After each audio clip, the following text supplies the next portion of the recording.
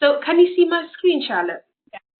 Brilliant. So we're at Learning Outcome 5 for Communication Skills for Business on your level 4 business diploma. And Learning Outcome 5 is just how to communicate effectively. So be able to communicate effectively in writing. You've got 4 pass criteria. 5.1 is communicate complex information for specific purposes. 5.2, document a meeting. 5.3, use charts and graphs to convey quantitative data. I can never say that word. And 5.4, review your own written communication. So quantitative is just numbers. Yeah.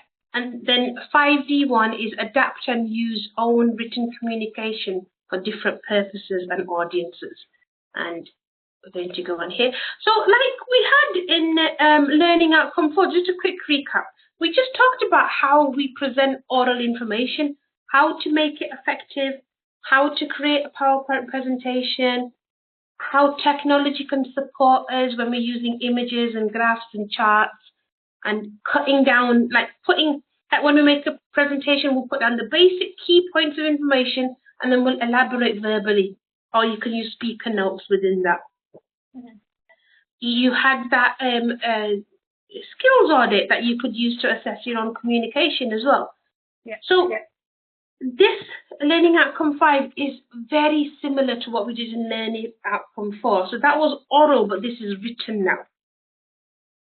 So when we're doing written communication, we've got to think, why are we actually doing this? So obviously there's so many different ways you want to communicate data, you want to express your emotions, you want to put down ideas, you want to entertain, sometimes it's to explain. You might even look at, say, a holiday ad, an advertisement that you might see from Thomson Travel, if they're still around or not.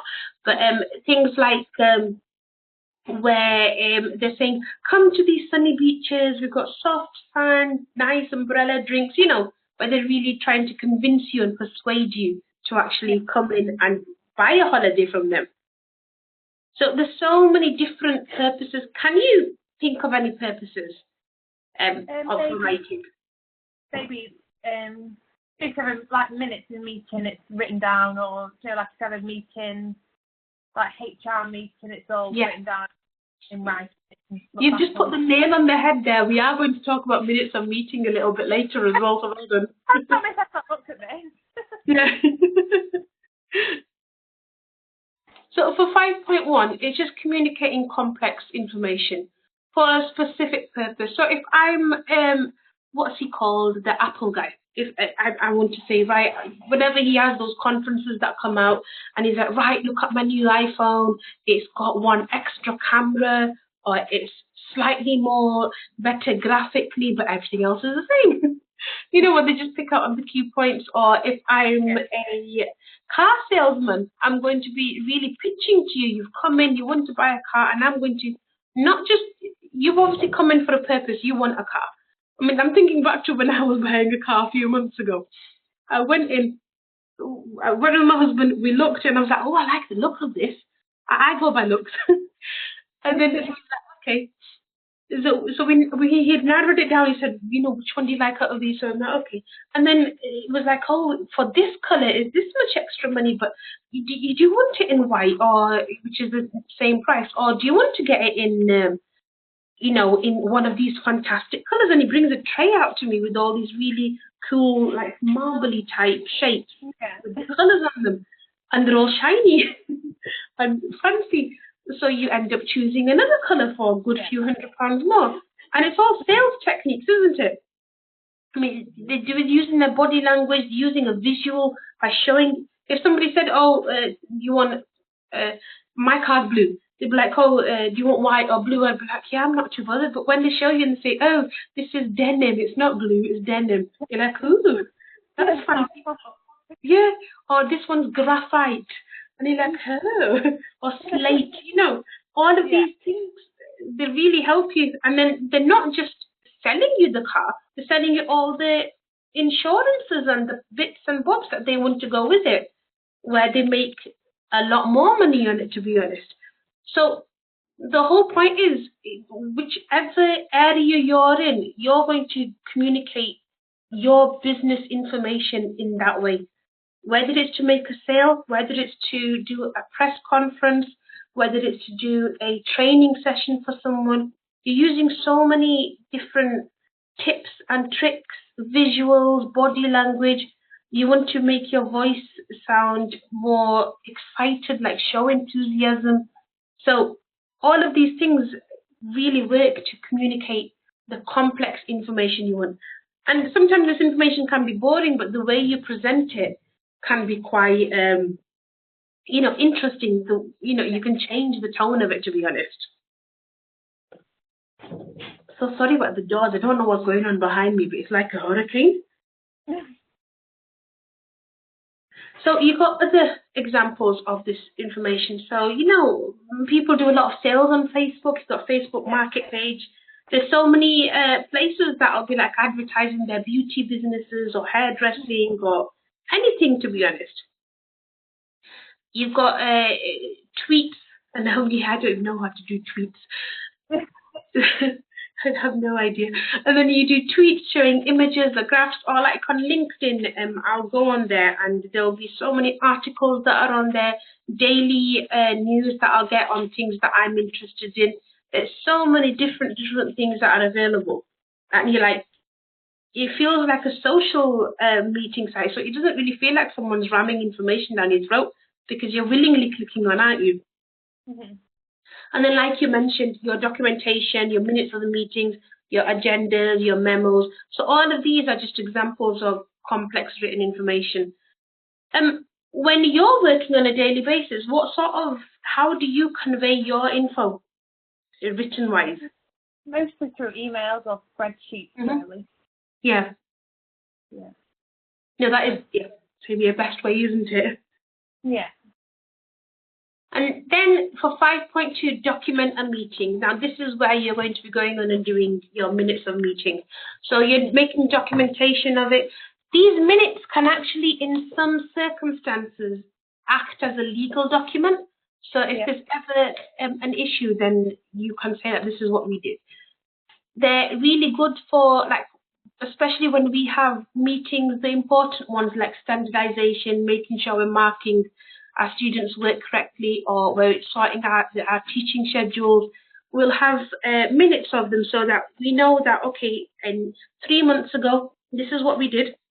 Mm-hmm. And we got to check, has Afsha actioned these? Or has Catherine made sure that she's doing an operational services correctly? Or has Roman actually attended those webinars that he was going to attend? So it helps you to recap on what you've done and then pinpoint where you need to go from there. I've actually got 2 documents to show you. This is just a basic minutes of a meeting. So I remember you mentioned that you haven't created a minutes of a meeting before. No. So this is just a basic document of how to create a minute of a meeting.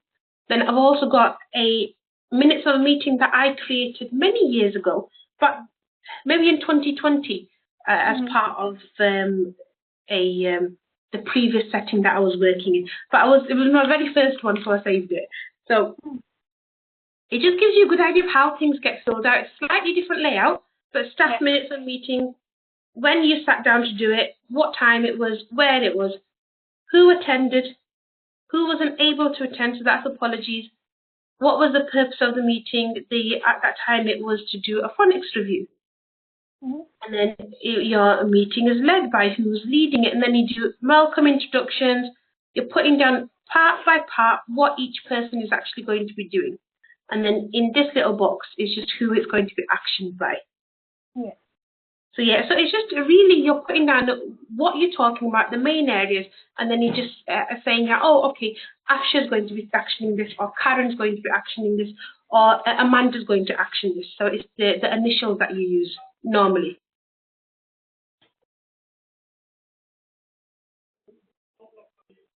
And then you've got 5.3, which is use charts and graphs to convey quantitative data. For this, it's just seriously simple. You're just using your Excel sheets, you're using charts, you're using number lines, any type of number graphs, any of those things to just say that, right, we're going to talk about sales figures for this month.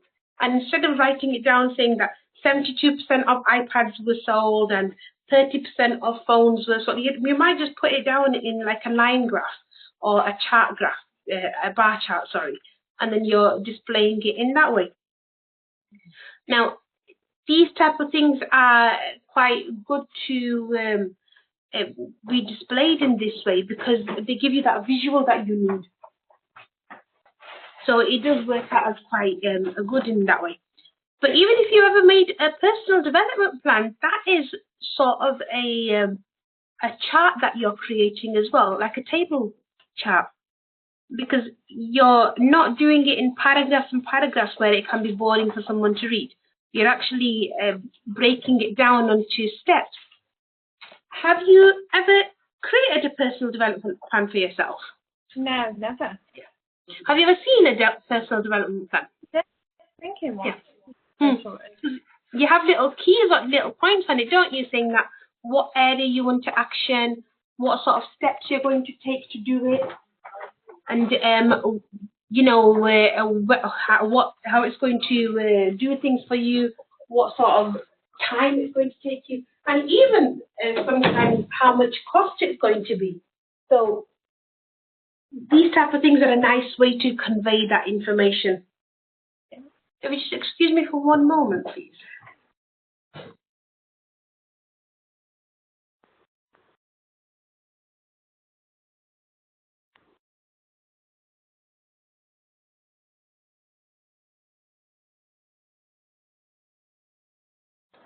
Sorry, Charlotte, it was like everyone was running around at the same time making noise.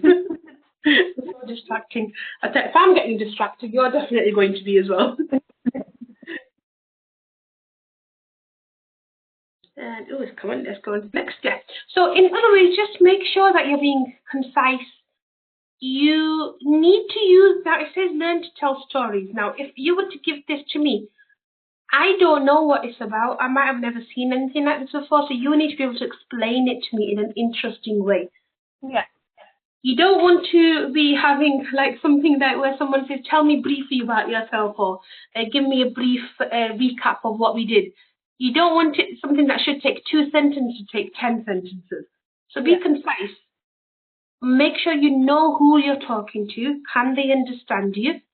Can you use jargon or elaborate words, or do you need to simplify it? And then I always like this, regardless of what your understanding is, using an example is always good because it's that visual there, something to, you know, go to and focus on. Yeah. I find that particularly useful for me. Sometimes it really puts that information into my head. You know, saying, oh yeah, this is a really good for me to be doing this.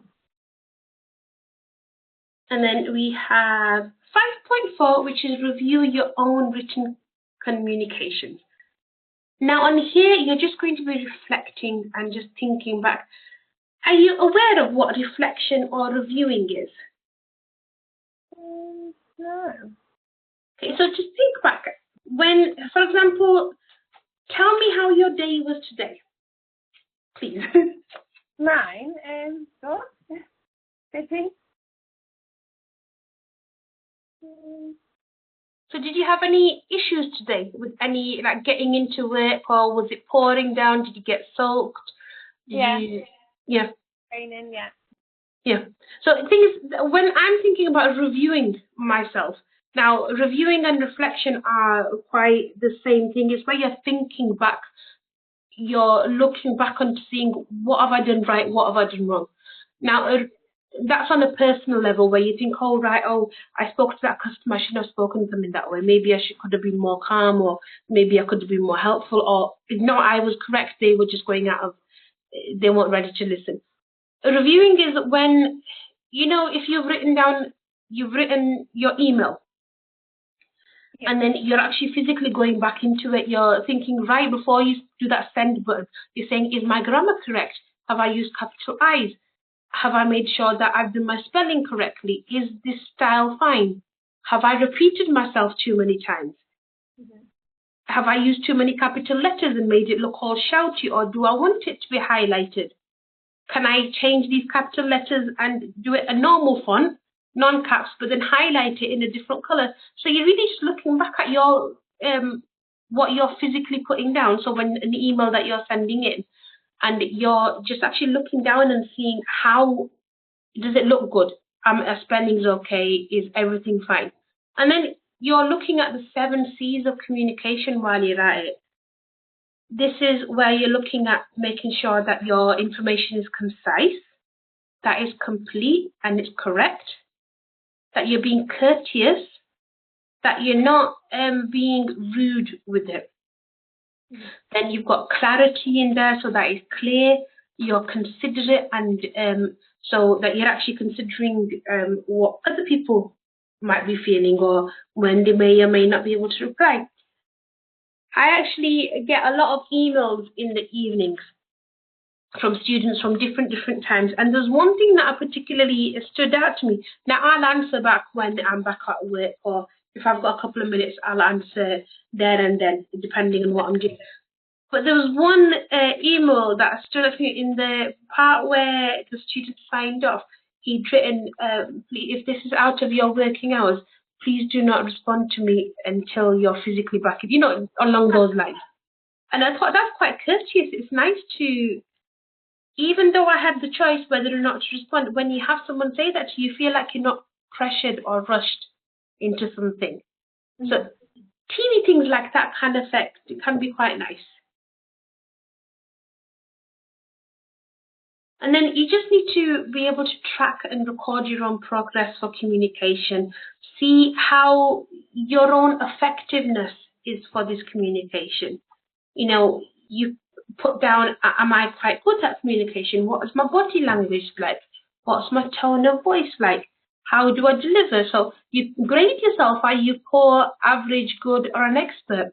And then you just summarize and say, right, okay, my body language is average. It's not for me now. What I would say is my body language is average to good. It can go, sometimes I'm very awkward and I don't know how to hold myself. So I'd probably grade myself as average. My tone of voice, I get very enthusiastic and very excited. So I'd say it's good. Delivery of voice, sometimes I can probably be a little bit too fast. You know, so maybe I'd say it's around about in between average and good, but I'd put down average to be on the side of caution.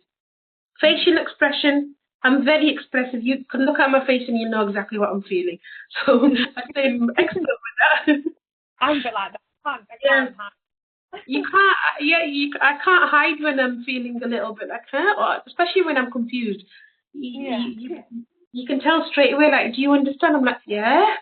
But my words don't match my face.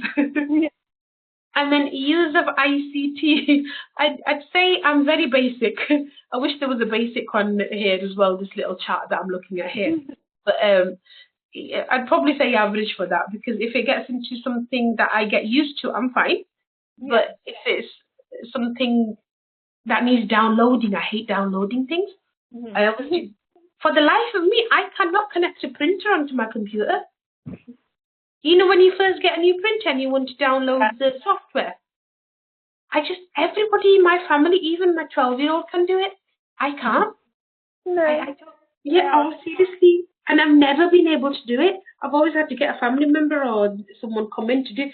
But, so you just sort of, the whole point of this is you're just assessing where you think you are. Because sometimes we think we're like the masters and, you know, we're the greatest, or we undermine ourselves as well. But it's one of those things that you need to sometimes critically look and think, oh, what is my body language like? What is my tone of voice? I know my eye contact is poor. I will give you eye contact and then I'll look everywhere but your face and your eyes. Yeah. I don't know, it just... I think it sometimes, and you think, oh, look at you, and then you don't look. Yeah. I'm like, why are they just staring at my face? What do they want? And it's just, it's something that I've never been comfortable. Even if I'm really comfortable with someone, I still won't do it. It's just one of those things. But having this guide there to actually just be able to assess how you think you are, it really puts you in a place where you can think, right, okay, my body language isn't that great, it's average, I really want it to be good. I need to learn what to do with my hands. If I've got a trouser with pockets, maybe I can put my hands in there, but then that looks rude as well. Like you're not, so you can't win, I don't think. But no, I think it's more in mind, everything stuff. Exactly, yeah. I remember in school we used to say to the kids, take your hands out your pocket, and I'd be like, well, we don't. What should I do? And be like, then they cross their arms. You'd be like, don't cross your arms. That's rude. Yeah, the poor kid can't win. And then don't put your hands on the table. Don't put your hands on your lap. They're like, what can this child do? And it's the same thing, isn't it? So on here, you're just going to look at doing a communication audit. We've got one on the main screen, and I'll show it to you in just a moment. And then for the final section, 5D1 is adapt and use your own written communication for different audiences and purposes. So on here, it's quite simple. It's like we've talked about this a few times, actually. You're just going to be looking at who are you talking to? Are you talking to somebody that's an industry expert? Are you talking to another colleague who's working on the same level as you?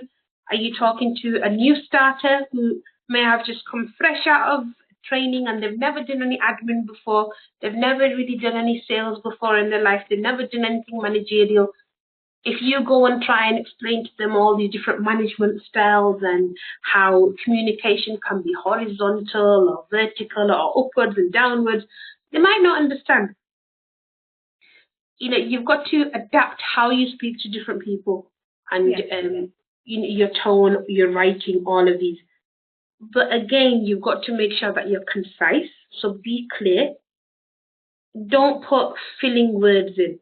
So you don't need to, which is what I end up doing sometimes, just to make things sound a bit nicer. I don't like sending a 2-sentence email. I think that's a bit rude. But if not, if you're busy and I'm sending you an email that could have taken me 10 words and I've given 50, you'd be annoyed. You'd be like, why on earth has she done this? She could have just told me, please go to a meeting at 5 p.m. in the theatre. And that's all, you could have done that. But I'd be like, please could you make sure that you attend at the end of the evening with all of your colleagues, make your way down, make sure you grab your coat and your umbrella. And, there's no point, is there? Yeah. Sometimes simple is best.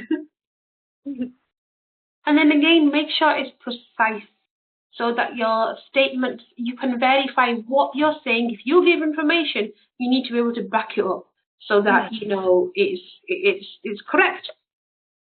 So anything that you say is specific and meaningful, that you're not just putting in odd things in, that you're not fluffing it again.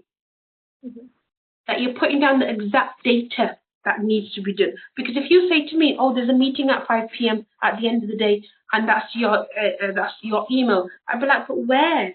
Exactly where are we going? How long is it going to be for? What are we discussing? Those are things that I'd like to know. So it's basic data you've got to give it. And then there's an example of this. So we've got some examples of precise information and information that's not very precise. So imprecise is several holes were drilled in the plank. But to make that more precise, you could have 3 holes were drilled in the plank 4 inches apart. Yeah. And then you might want the beaker of water was placed in the ice bath until it was cool. But something with a bit more information will say the beaker of water remained in the ice bath until its temperature reached 23 degrees Celsius. Because cool, we don't really know what is cool for you. Cool for me is when I think of something like 16, 17 degrees or 12 degrees. That's cool for me. Yeah. 23 degrees for me is not cool. I think of that as quite nice and warm. Yeah. Yeah. So you've got to define it. So that's what this just shows you, that putting a tiny bit more info in really gives you the specific information. Yeah. Oh, I've lost that. There it is. And then you just got to make sure that you're being direct. Sometimes it's nice to be fancy and flowery, especially when you're trying to talk to someone that you've not spoken to before. But if you're communicating with someone on a daily basis, just be straightforward. just be smart and just make direct, tell them exactly what's going on. You don't need to fluff things, you don't need to put in extra complex sentences, which I need to watch myself for quite a lot. I try to elaborate where I don't need to elaborate. And when I'm reviewing my work, I go back and I'm deleting sentences and sentences, because I think that I've done it. Like I sent an email a few weeks ago to one of my colleagues, and I must have put as it stands, as it stands, as it stands in about 5 times. And I'm like, that just sounds really rude. It's like I'm being aggressive. So I had to go and I kept one of them where it was appropriate, but everything else I deleted out. Which have you read it then before you sent it in? Do you know what? When I originally used to send any emails, I wouldn't read them, I just send them off. But I always think, especially when I'm communicating with students, if I'm getting spelling mistakes, if I'm saying things over and over again, it doesn't look very professional. So, you know, you think, you know, they're going to be like, she doesn't know anything. So I've made it into a habit where I'm reviewing things now. Yeah. And when I'm typing fast, my spelling can be horrendous. It's not because I don't know the spelling, it's just because my fingers merge together in the type on the keyboard. Yeah. I hate it when I send an email and say, see attached, and then I forgot to put the attachment on. To attach it, and then you send another one, apologies, attached now. Yeah. I always do that with the lesson recordings. I'm always saying, please see attached lesson recording, and I do everything, and then I'll just send, and then I'll get an email back saying, I've not had a recording here. That leads us on to being organized. So, and to be honest, we don't even need to go every single bit of these. Now, the organized on here, just imagine you're reading a story and you get to the first part, you read is the ending, and then it jumps to the beginning, and then you go into the middle, and that's so out of order you won't know what to do. Or if you read, if you get instructions for a cake and it doesn't tell you the ingredients until right at the bottom of the document, or it doesn't tell you how temperature you need to preheat your oven until the last paragraph, it doesn't make sense, does it? You've got to make sure that there's like a logical sequence. As if you're writing a story, you've got to make sure that you're planning out what you're talking about, introduce it. It might even be a one-liner. Go into the main body of what you're talking about, and then summarize it at the end. So this would work a lot better for complex information that is quite bulky, because by the time you've read 3-4 paragraphs, sometimes you'll forget what you're reading, so summary is really good. But it's nice, so you could go like first, second, third, or as a result, to summarize, as a consequence, just make sure that you organize it in a logical manner. So which is why when you read it back yourself, you've got to check, have I done it the right way or not? Yeah. And then this is just like what we were talking about. You can do it in chronological order, a way that happens time-wise. You can do it in priority. So what is the most important, and then go ahead from there. And then you could go from generalized ideas or be more specific. And, or you could even, if there's something that you're discussing has become an issue, you'd be like telling me what the problem is, what sort of method you're going to be using, and how you're going to use that method. So problem, method, solution. So there are quite a few different ways to communicate that information. So do you have any questions, Charlotte, over what we've covered? Don't think it's no sense to use the quantitative data. Yeah. Does it have to be one you've made yourself then? No, the quantitative data is all you're doing is you're physically showing that you can put quantitative data down. No one's asking you to write down a chart or graph. You just need to explain it, and then you're going to be using images to just to back it up. To be honest, the quantitative, we'll go into the assignment and I'll tell you what you can do for that as well. Let's go to here.